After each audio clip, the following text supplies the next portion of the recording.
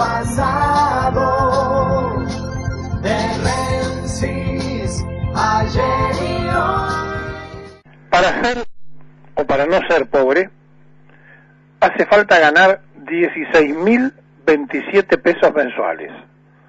Esto no es una cifra antojadiza de este periodista, sino del INDEX, que termina de determinar, parece una redundancia, pero está bien expresado, que hace falta ese dinero para no ser pobre en la Argentina. Por lo tanto, vaya contando a los jubilados en la línea de pobreza. Ni que contarle los que cobran la mínima. Ni que hablar de los que ganan menos de 10.000 pesos, los que supuestamente lo van a beneficiar con miserables 4.000 pesos a distribuir. Además, entre jubilados de primera y jubilados de segunda, los que tienen 30 años de aporte cobrarán 700 pesos, los que tienen o entraron por moratorias van a cobrar la mitad. Por lo cual, no hay discusión de que la ley que aprobaron va en contra de los que menos tienen. Dicho por el propio gobierno, por sus propios institutos de estadísticas, para no ser pobre en la Argentina hay que cobrar arriba de los 16.027 pesos. Bien, pero además hay que tener trabajo, hay que tener una obra social sindical que lo proteja, y el jubilado depende del PAMI, que le viene poniendo todos los días una traba más, que todos los días le quita un remedio de la cartilla de los que puede pedir, que le complica con nuevos empadronamientos para los diabéticos, que le crea circunstancias con los médicos de cabecera que en lugar de atender al paciente despachan recetas, y no funciona bien la atención de la salud del jubilado que depende del PAMI. Bien, entonces tenemos crisis en los ancianos y crisis en la juventud, porque ya hemos conocido las cifras de los que no trabajan ni estudian, conocemos el nivel educacional, muy bajo por cierto, de los que están cursando el secundario, el rechazo fenomenal en los exámenes universitarios, y una crisis en la educación muy profunda entre maestros mal pagos y que enseñan mal porque también ellos aprendieron mal. O sea que estamos vulnerados socialmente y educativamente. De esas consecuencias no puede salir una sociedad positiva. Y entonces aparece la violencia y la gente dice, hay un brote de violencia. No, hay una expresión de la violencia, porque es indudable que convivimos con una sociedad violenta y no lo queremos aceptar porque tampoco queremos usar ninguna receta para curarla, porque hay violencia en los estadios de fútbol, porque hay violencia en los motochorros, porque hay violencia en los delincuentes que por robarle un celular tiran a una chica del tren, porque hay violencia todo el tiempo entre vecinos, porque hay violencia en la falta de convivencia en una comunidad, y porque además hay quienes lucran con la violencia, quienes manejan la violencia y quienes negocian y le viene bien que haya violencia. Les voy a contar una historia para que entendamos cómo se llega a veces a circunstancias impensadas. Usted sabe que Macri no ganó en Jujuy ganó Sergio Massa. Es decir, el gobernador Morales fue ungido porque armó fórmula con un vicegobernador peronista, fue ungido con los votos peronistas que estaban repudiando ya un poco y cansados de la administración del justicialismo en la provincia, y entonces prefirieron a otro peronista que iba con un radical y lo votaron. Entonces Morales, que es radical, llega a la gobernación de Jujuy por el voto peronista y no por el voto del Frente Cambiemos. Bien, la segunda ciudad de la provincia es el departamento de San Pedro. Tiene una población aproximada de 76.000 habitantes. San Pedro cultiva el tabaco, el sorgo, el maíz, hortalizas, tiene desarrollo de la madera, tuvo mucho tiempo tala que ahora está controlada, hay una gran cantidad de aserraderos en San Pedro, pero esencialmente la caña de azúcar. Y fíjense ustedes, se habla de la fundación de San Pedro, aunque no hay registro firme de esto, del 25 de mayo de 1886, pero ya 13 años antes de la fundación como ciudad existía un ingenio, o sea, se trabajaba el azúcar. Bueno, un ingenio que se fue desarrollando fue el ingenio La Esperanza, y ese ingenio La Esperanza hace 13 años entró en convocatoria y se quedó el Estado provincial administrándolo. Tenía 600 trabajadores. Morales trató de buscar quien compre el ingenio y se haga cargo de los trabajadores y de la explotación azucarera. Y apareció entonces un grupo colombiano que lo integra la familia Leal Omega, que es un grupo que está vinculado a negocios petroleros, a negocios de desarrollo de hidrocarburos, que tiene inversiones en Nigeria, en los Estados Unidos y en Colombia, y cuyo dinero no está muy claro. Algunos en Colombia dicen que blanqueó plata de 40 años de guerra interna, y cuando dicen eso están diciendo que blanqueó plata del narcotráfico. Pero bueno, no nos consta, yo digo lo que se dice en Colombia. Este grupo ofreció $100 millones por quedarse con la administración del ingenio, que no los paga ahora, es a pagar. Inmediatamente Morales llamó a la legislatura, se votó en la legislatura jujeña y se decidió la venta. Había 600 empleados, echaron a 400. Por lo tanto, la gente salió a reclamar. Es interesante ubicarnos en lo que dijo el gobierno de Jujuy. Dijo, los que se quedan sin trabajo pueden empezar en otras cuestiones, en huertas, en tabaco, o sea, los estaba sacando de su trabajo del ingenio. En ningún momento le exigieron a la empresa colombiana, vamos a suponer que fuera colombiana, no sabemos quiénes son realmente los que están atrás, en ningún momento le exigieron que preservara la fuente de trabajo, y entonces salieron a manifestar, pero además le deben el mes de noviembre y el aguinaldo.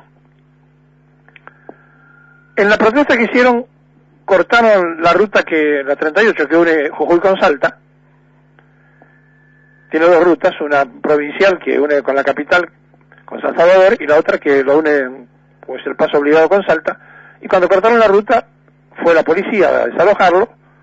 Hay gente presa, y además de haber gente presa, gente herida, rostros ensangrentados. Según el fiscal de Jujuy, dice que encontraron bombas Molotov en los manifestantes y pidió la detención del secretario gremial que agrupa a los empleados y trabajadores azucareros de La Esperanza. Es decir, una de las tantas privatizaciones en manos extranjeras. Y le cuento, de acuerdo a la modificación que se ha planteado en el Congreso Nacional y que se ha votado de la reforma fiscal, este grupo no va a pagar impuesto a las ganancias, porque vino supuestamente a invertir. Repito, se quedaron con el ingenio sin poner un peso, todavía lo tienen que poner, pero ya se acogen a la ley, es decir, no van a pagar impuesto a las ganancias. Bien, frente a esto, si hubieran preservado el trabajo para 600 argentinos, no hubiéramos dicho nada, echaron a 400. Y entonces estamos parados frente a una realidad donde uno dice, a ver, la gente reaccionó violentamente, hizo corte de ruta, violó leyes, ¿Y quién respalda la violación del derecho a trabajar y a la dignidad del ser humano, que de la noche a la mañana lo dejan sin posibilidad de comer? Estamos entonces hablando de algo que está prácticamente, y esto tenemos que tenerlo bien claro, en el corazón de la producción tabacalera, azucarera, de madera, de sorgo, de maíz, de hortalizas, de frutales, pero que la mayor capacidad laboral la daba el Ingenio La Esperanza, donde alguna vez anduvo Cristina haciendo una inauguración. Entonces, la pregunta es, ¿son los que van a venir a invertir en el país los extranjeros que van a hacer este tipo de relación con los trabajadores? Bueno, hay un Estado cómplice, y es el Estado provincial, y lo hicieron responsable a Morales, los trabajadores, de esto que está ocurriendo en Jujuy. Ahora bien, cuando uno dice de qué estamos hablando de una ciudad que tiene 76.308 habitantes, y donde 600 de esos habitantes trabajaban en el ingenio. Estamos hablando además de una hermosa ciudad de San Pedro, que está en el valle del río San Francisco, a unos 15 kilómetros donde se cruzan dos ríos que dan origen al San Francisco, que es el Río Grande y el Lavallén. Y que desde 1883, un 25 de mayo, aparentemente, porque no se puede constatar bien la fecha de fundación, existen pobladores en esa zona del norte, la mayoría de origen nativos, es decir, de origen totalmente originario, donde hay algunos italianos, algunos españoles que llegaron, y hay muchos sirio-libanés que anduvo por esa zona. 18 escuelas tiene San Pedro, 9 secundarias y 3 institutos superiores. Allí se mueve la comunidad. En la segunda ciudad de Jujuy, la capital tiene 250.000 habitantes, un poco más. Y entonces estamos parados frente a que ahora van a tener que trabajar en el sorgo, en los porotos, tiene muchos porotos también allí, en el maíz, en los frutales, en la hortaliza, o en los aserraderos que quedan. ¿Y quién dice que 400 personas van a tener empleo en esos lugares? Solamente Morales.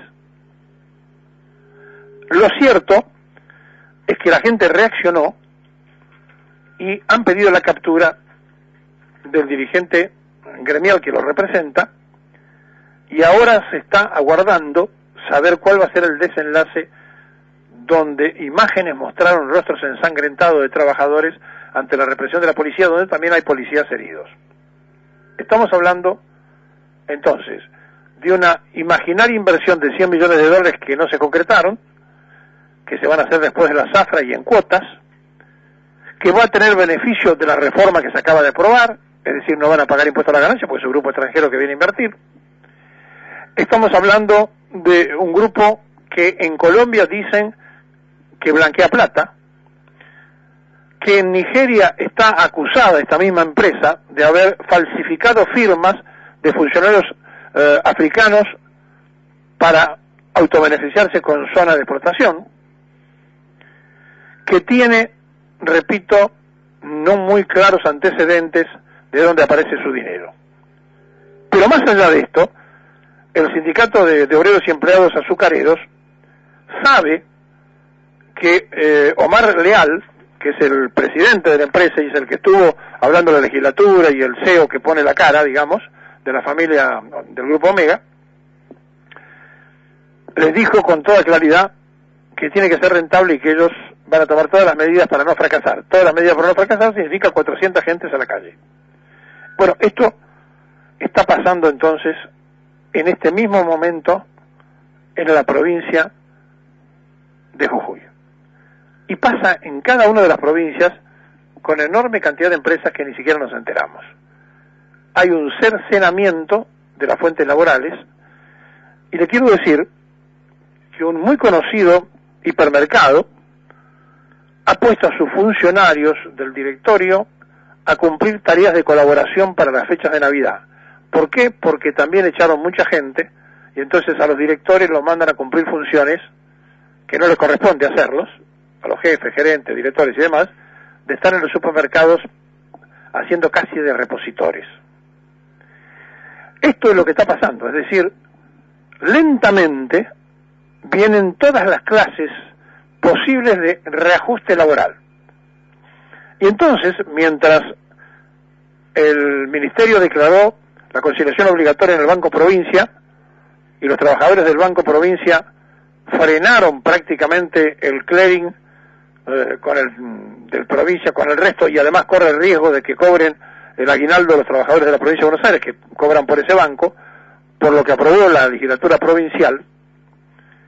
Ayer, Martín Lustó, que en la época de Felipe Solá fue presidente de ese banco, pasaba por la calle Callao, y violentos lo atacaron al diputado, violando una vez más el concepto de trasladar la violencia, que siempre es irracional, pero en este caso mucho más irracional, porque Lustó votó en contra de todo lo que le estaban reprochando. Es decir, Lustó está entre los que votaron en contra, y fue atacado, porque fue reconocido, mientras hablaba con algunos que habían sido empleados del banco cuando él era presidente, lo atacaron.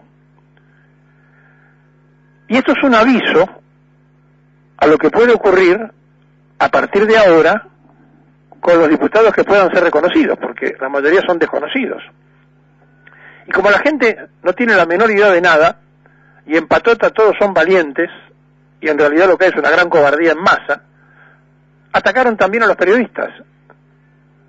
Y atacaron a los periodistas que son los únicos que estaban poniendo, o eran los únicos que estaban poniendo en evidencia justamente que había movilizaciones y la gente estaba en la calle. Lo internaron a Bazán, atacaron a un fotógrafo, rompieron móviles de televisión, y entonces todo eso hizo que la vicepresidenta diga, y esto es grave porque lo dijo institucionalmente la vicepresidenta de la Nación, que se pueden repetir episodios de violencia. Y no terminó de decir eso, y hubo un intento de saqueo en Luján. En Walmart de Luján, en el estacionamiento, 100 personas se aproximaron, tratando de entrar para robar, no lo pudieron hacer, después se fueron sobre la ruta 7, asaltaron un camión de Hacienda, sacaron varias vacas, se las empezaron a llevar por los barrios humildes de Luján. La policía arrestó a 19 personas que estaban arriando el ganado robado. Mientras esto estaba pasando, otro grupo estaba sobre la avenida Gaona, tratando de cortar y también producir un llamado para que se vaya al saqueo.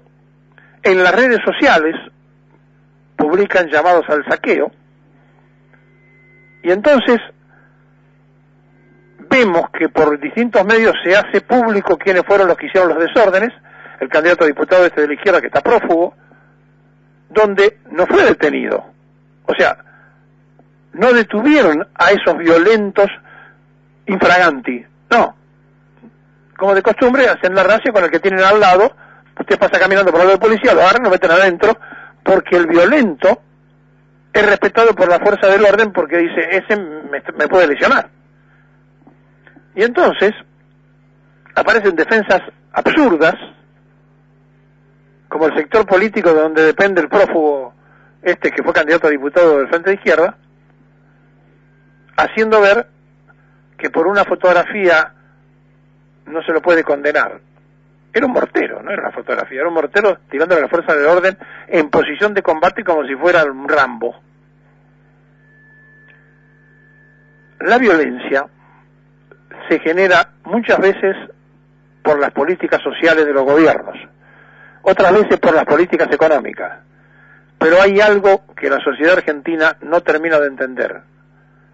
La droga en el país está haciendo estragos todos los días, y la violencia extrema en gran parte tiene que ver con el envenenamiento que se hizo de la sociedad argentina, porque los carteles, como hacen en todas partes del mundo, primero la regalaron en las villas, después el villero se hizo adicto y salió a robar porque no tenía cómo pagar la droga, y ese paso entre hacer adicto a un hombre humilde y después decirle anda a buscar plata a cualquier lado porque si no, no te podés seguir drogando, se hizo ante las narices de todos nosotros y ante las denuncias de algunos y el silencio cómplice de una sociedad política y de una sociedad que tenía que poner orden, que nunca lo quiso hacer.